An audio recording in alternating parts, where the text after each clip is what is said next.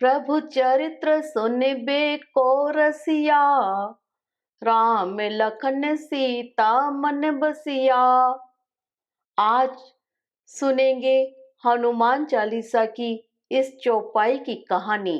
सीता की खोज में वानर सेना के रवाना होने से पहले राम उनमें से प्रत्येक से मिले। सैनिक एक एक करके राम से मिलने के लिए कतार में खड़े हुए। उत्साह का माहौल था। वानर राम और उनके अपने सगे संबंधियों के बीच हृदय स्पर्शी आदान प्रदान को देखने के लिए आगे आगे झांकते रहे। उन्हें थपथपाना, उन्हें प्रोत्साहित करना, उन्हें धन्यवाद देना बहुत हृदय स्पर्शी था।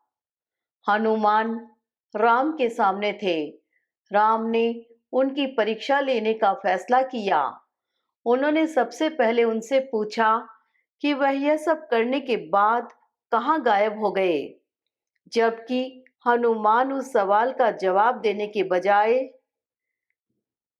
तुरंत राम के चरणों में गिर गए और उन्हें कसकर पकड़ लिया। राम ने उनके कंधे पकड़कर उन्हें उठाने की कोशिश की, लेकिन हनुमान ने उनके पैरों को कसकर पकड़ लिया। इस अजीब व्यवहार पर राम को आश्चर्य हुआ। तब हनुमान ने कहा, मेरे प्रिय भगवान, मुझे हमेशा इसी स्थिति में रहने दो। जब तक मेरे हाथ आपके चरणों में हैं, आपके हाथ मेरे कंधों पर रहेंगे। जब तक मैं आपकी शरण में रहूंगा, आप मुझे सशक्त बनाते रहेंगे। जिस क्षण मैं आपके चरणों को छोड़ूंगा, आप मेरे कंधों को छोड़ देंगे। आपका स्पर्श और आशीर्वाद मेरी ताकत और क्षमताओं का स्रोत है। मैं अपने पूरे जीवन में अपने शाश्वत गुरु की सेवा करने की प्रतीक्षा कर रहा हूँ। राम ने कहा, आप आशीर्वाद के बारे में बात कर रहे हैं, लेकिन आप इतनी देर से आए हैं। ठीक अंत में मेरे पास आपको देने के लिए कोई आशीर्वाद नहीं बचा है। मेरे सभी आशीर्वाद समाप्त हो गए हैं, इसलिए मैं आपको क्या दे सकता हूँ अब?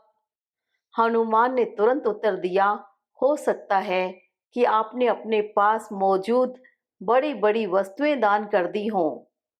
हे प्रभु, निश्चित रूप से आपके पास अभी भी एक छोटा लेकिन शक्तिशाली आशीर्वाद है। कुछ लोगों को आपने इसका ज्ञान दिया होगा। धर्म ग्रंथों को आशीर्वाद के रूप में आपने दूसरों को ज्ञान या मार्गदर्शन या शक्ति या प्रसिद्धि या यहाँ तक कि धन भी दिया होगा। मैं ऐसी बड़ी चीजों को आशीर्वाद के रूप में नहीं देख रहा हूँ। मुझे केवल आपके पास मौजूद सबसे छोटी चीज में दिलचस्पी है, आशीर्वाद के रूप में, और मैं वास्तव में खुश रहूंगा। राम पूरी तरह से भ्रमित हो गए। राम हनुमान की परीक्षा लेना चाहते थे। पासा पलट चुका था। अब हनुमान राम की परीक्षा ले रहे थे। राम ने हनुमान से पूछा, मेरे पास सबसे छोटी चीज क्या है? हनुमान मुस्कान के साथ बोले, मेरे प्रिय भगवान, जब आप भगवान परशुराम से मिले थे तो आपने उन्हें बताया था कि आपके पास सबसे छोटी वस्तु थी। उसका नाम राम था। मैं चाहता हूँ कि कृपया मुझे उपहार और आशीर्वाद के रूप में अपना नाम दें। यह बहुत छोटा है, लेकिन उस छोटे से शब्द में पूरे ब्रह्मांड की ताकत समाहित है। राम बहुत प्रभावित हुए। हनुमान की भक्ति और उनकी बुद्धि बहुत विशेष थी। वे भगवान के हृदय पर गहरा प्रभाव डालने में सफल रहे। भगवान राम ने हनुमान को गले लगा लिया। उसी क्षण हनुमान के पास राम का नाम था। उन्होंने बड़े चाव से राम नाम का जाप करने और राम कथा सुनने का कोई मौका नहीं छोड़ा। यानी प्रभु चरित्र को सदैव सुनने से मनुष्य का मन रसिक हो जाता है। हनुमान चरित्रवान, कर्मठ, कुशाग्र बुद्धि, अपार शक्ति और अनन्य भक्ति के स्वामी थे। राम अयोध्या के राजा बने तो माता सीता ने मेहमानों को दोपहर के भोजन के लिए आमंत्रित किया। जब सभी लोग दोपहर के भोजन के लिए इकट्ठे हुए थे, भगवान शिव ने देखा कि हनुमान गायब थे। उन्होंने राम से उसका पता पूछा। मुस्कुराते हुए राम ने उसे बगीचों में जांच करने के लिए कहा। हनुमान को देखने की भगवान शिव की उत्सुकता भोजन खाने की उनकी इच्छा से कहीं अधिक थी। वह और पार्वती हनुमान को खोजने के लिए बगीचे में निकले। वहां उन्हें एक बहुत सी अनोखी आवाज सुनाई दी, जो ऐसी लग रही थी जैसे कोई खर्राटे ले रहा हो। वह ध्वनि के स्रोत की ओर चले। शिव यह देखकर आश्चर्यचकित रह गए कि यह हनुमान थे, जो दुनिया से बेखबर आम के पेड़ के नीचे शांति से सो रहे थे और खर्राटे ले रहे थे। जिस चीज ने उन्हें सबसे ज्यादा आश्चर्यचकित किया वह थी खर्राटों की आवाज। खर्राटों से राम का पवित्र नाम निकला। हनुमान के मन और चेतना में राम का नाम इस कदर रच बस गया था कि उनके खर्राटों से भी राम नाम ही निकल रहा था। जब शिव की नजर हनुमान पर टिकी थी, तब पार्वती ने उस पेड़ की ओर इशारा किया जिसके नीचे हनुमान आराम कर रहे थे। वहां कुछ जादुई हो रहा था। उस पेड़ का हर पत्ता राम के पवित्र नाम के स्पंदनों के साथ लय में हिल रहा था। भगवान शिव ने इसे अपने आराध्य भगवान राम के पवित्र नामों के सबसे दिव्य संकीर्तन के रूप में देखा। अत्यंत प्रसन्नता में वह स्वयं राम का नाम जपते हुए नृत्य करने लगे। अपने पति को परमानंद समाधि में प्रवेश करते देख पार्वती भी गायन और नृत्य में शामिल हो गई। दिव्य जोड़े के उत्साह पूर्वक नृत्य करने और राम के नाम का जाप करने के साथ स्वर्ग के गंधर्व किन्नर और अप्सराएं भी शामिल हो गई, जिससे वातावरण दिव्य संगीत और गायन से भर गया। सीता चिंतित थी कि उसके मेहमान बगीचे से वापस महल में नहीं लौटे थे। उन्होंने लक्ष्मण को वापस बुलाने के लिए भेजा। लक्ष्मण तेजी से बगीचे में चले गए। बगीचे में माहौल इतना उत्सवपूर्ण और भक्ति से सराबोर था कि लक्ष्मण नृत्य और पवित्र नामों के गायन में भाग लेने से खुद को रोक नहीं सके। जब लक्ष्मण नहीं लौटे तो सीता ने पहले भरत और फिर शत्रुघ्न को भेजा, लेकिन दोनों में से कोई भी मेहमानों के साथ नहीं लौटा। वह सभी कीर्तन उत्सव में सम्मिलित हुए थे। हताश होकर सीता स्वयं राम के साथ उनकी तलाश में निकल पड़ी। जब वह बगीचे में चली गई तो पूरे जोरों पर चल रहे नृत्य और गायन उत्सव को देखकर वह पूरी तरह मंत्रमुग्ध हो गई।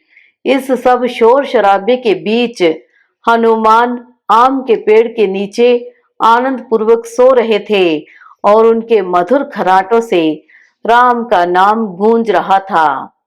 हनुमान के पास जाकर राम धीरे से उनके पास बैठे और बड़े प्यार से उनके सिर को छुआ। हनुमान जाग गए। भगवान शिव, जो हनुमान की भक्ति से इतने प्रेरित थे, ने उनकी अनंत महिमा की। अपने गुरु के सामने महिमा पाकर हनुमान शर्म से लाल हो गए। उनकी बेचैनी को भांपते हुए सीता ने सभी को दोपहर के भोजन के लिए आमंत्रित किया। सब लोग बैठ गए। सीता दोपहर का भोजन परोसने लगी।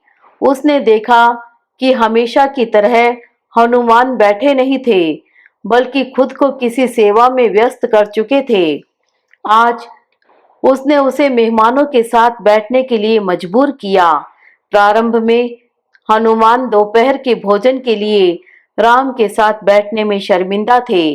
वह हमेशा राम के बचे हुए भोजन को खाना पसंद करते थे, लेकिन एक बार जब उन्होंने खाना शुरू किया तो उन्हें इतना जोश आ गया कि वह गटक गए। कुछ भी भोजन उन्हें संतुष्ट नहीं कर रहा था। सीता चाहे कितनी भी सेवा करे, वे और अधिक खाते रहे। वे अधिक से अधिक भोजन की तलाश में रहते थे। हनुमान की भूख देखकर सभी आश्चर्यचकित थे। तब सीता को एहसास हुआ कि वह हनुमान की अतृप्त भूख को कैसे शांत कर सकती है। उसने एक तुलसी का पत्ता रखा जिस पर राम का नाम लिखा था। जैसे ही हनुमान ने पत्ता खाया, उनकी भूख चमत्कारिक ढंग से गायब हो गई। भगवान शिव और पार्वती हनुमान की भक्ति से बहुत आश्चर्यचकित और प्रसन्न हुए। उन्होंने हनुमान को वरदान दिया कि राम के प्रति उनकी भक्ति को सदियों तक महिमा मंडित किया जाएगा, कि भगवान राम के भक्त उन्हें संकट मोचन या संकटों के विनाशक के रूप में जानेंगे और राम के पवित्र नामों और राम की लीलाओं के प्रति उनका प्रेम असीमित रूप से बढ़ेगा। सीता और राम के राज्याभिषेक समारोह के बाद सभी महान हस्तियों का आह्वान किया जिन्होंने राम के लिए त्याग किया था। प्रत्येक को प्रतीक के रूप में बहुमूल्य उपहार दिए गए। हनुमान की बारी आई। सीता और राम दोनों को समझ में नहीं आ रहा था कि क्या उपहार दिया जाए। हनुमान का नाम पुकारा गया। राम ने विस्तार पूर्वक हनुमान के कार्यों का वर्णन सभी को सुनाया। अयोध्या के नागरिक हनुमान जी की सेवा सुनकर भाव विभोर हो गए। सीता ने उपहार में अपने गले से एक सुंदर हीरे का हार निकालकर हनुमान को दिया। सभागार में सन्नाटा छा गया। हनुमान ने सीता के हाथ से हार लिया, हार को घुमाया और सभी दिशाओं से देखा। उन्हें कुछ कमी महसूस हुई। हनुमान ने पुनः आश्वस्त होने के लिए हार को फिर से घुमाया। शायद हनुमान जी को जो उम्मीद थी वह उन्हें दिखाई नहीं दिया। तब हनुमान ने हार के बीच में लटक रहे बड़े हीरे को पकड़ा और तोड़ दिया। हनुमान ने सीता का उपहार नष्ट कर दिया था। उसे अपने मुंह में रखकर अपने दांतों से दो टुकड़ों में तोड़ दिया। उसने दोनों हिस्सों का अवलोकन किया, ध्यान से देखा, निराशा हुई। अंततः हनुमान ने पूरा हार फर्श पर फेंक दिया। इस बंदर के व्यवहार से अयोध्या के नागरिकों में आक्रोश फैल गया। अनेक आवाजें और प्रश्न उठे। भरे सभागार में सीता के उपहार का अपमान। सभी सवालों के जवाब में हनुमान ने इतना ही कहा, मैं रत्नों में राम और सीता को ही ढूंढ रहा था। वह अंदर या बाहर किसी भी पत्थर में नहीं मिले, इसलिए फेंक दिया। एक ने कहा, हनुमान को सबसे पहले अपने दिल में देखना चाहिए कि राम और सीता उनके दिल में मौजूद हैं या नहीं। अगले ही पल हर जगह खून बिखरा हुआ था। हनुमान अपना हृदय प्रकट करते हुए सभागार के मध्य में अपनी छाती फाड़कर खड़े हो गए। उनकी छाती में सीता और राम की एक दीप्तिमान और सुंदर छवि थी। वह न केवल उनके हृदय में निवास करते थे, बल्कि वह भी उनके हृदय में निवास करते थे। इसीलिए तुलसीदास जी ने लिखा, राम लखन सीता मन बसिया। हनुमान हमें अपने हृदय में ईश्वर की उपस्थिति स्थापित करना सिखाते हैं। हम भगवान की स्तुति सुनने लगे तो वह हमारे कानों के माध्यम से प्रवेश कर सकते हैं। इसीलिए प्रभु चरित्र सुनबे को रसिया, राम लखन सीता मन बसिया। आप भगवान राम के यशस्वी कार्यों को सुनने के शौकीन हैं। आप राम, लक्ष्मण और सीता के हृदय में निवास करते हैं।